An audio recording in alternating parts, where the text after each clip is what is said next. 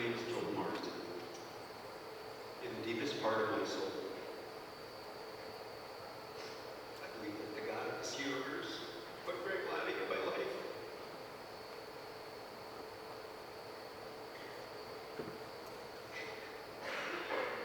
I believe that Greg Lonning and the Dow community of men and women that he brought me into was an absolute gift from God. In Greg's Hall of Fame speech, he credited Alan Freeman of lacrosse for teaching him the conclusion, and I'm evidence that he had learned that lesson much earlier. Growing up on a farm just outside of Waukon, up until my sophomore year in high school, I only knew of the Lonnings from a distance. In fact, it was from a distance just out of St. Pat's Youth Center that I watched Charlie and Andy scrapping it out and walking away like nothing had happened. And I've never seen anything so intense. It was the summer between my sophomore and junior year that brought me close up to Greg and Keely and Karen. Between Greg's wrestling camps and working at Lonning's Landing, the blessings were set in motion. As an average wrestler and a below average student, Greg still believed in me.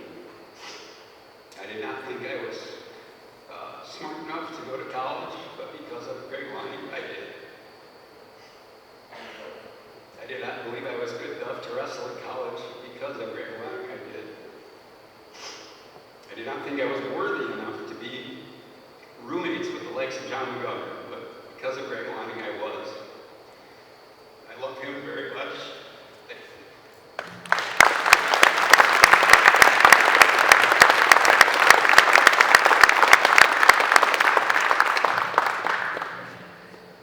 I'm Scott Litter. I graduated from Central in 1989, so Greg was he was an assistant coach my freshman year, and then the head coach my sophomore, junior, senior year. I do want to take one unofficial poll. Did he talk any of the rest of you into being in a triathlon? Raise your hand if you did that. Yeah, I thought so. Sean and I were talking about this at 53 Nationals. He's like, why did we do that anyway? And I just said, Lonning?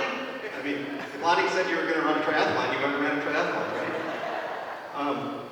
But and another thing I'm wondering is, I thought I was always on track, but after Tim Fader talked, I'm not sure because he used to work out with me sometimes. That makes me think that maybe I wasn't really on track like I thought I was.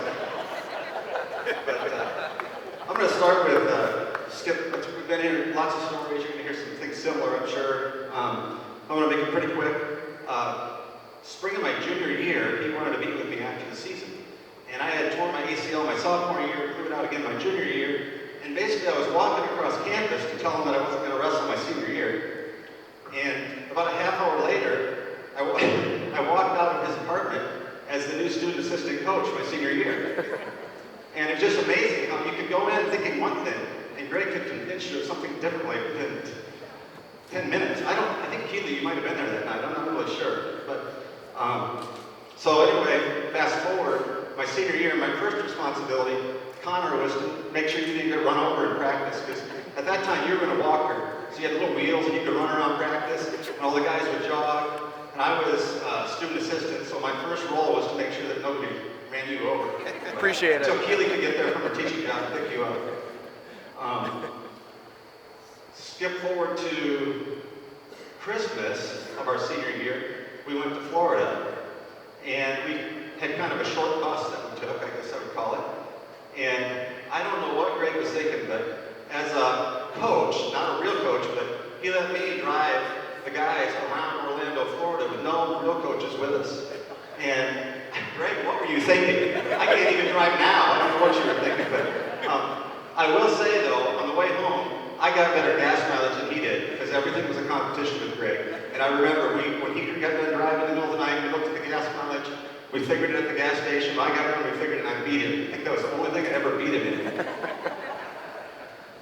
When we wrestled, I could stay with him for maybe 5 minutes because I was way bigger than him. Then after that, it was just like he was drilling takedowns for the next hour. I mean, it was not a fun memory, really. But Greg was When I left college, Greg also left to go to lacrosse at the time. So a couple years later, I became the head wrestling coach at West Delaware High School, just south of here. And so I would take kids to his camp, Lonning's Landing, we'd go to camp at lacrosse, brought kids here to Luther. I would see him periodically, but he was always a mentor. But, every time I saw him, he would just infuse that. I was drinking the Kool-Aid, I guess.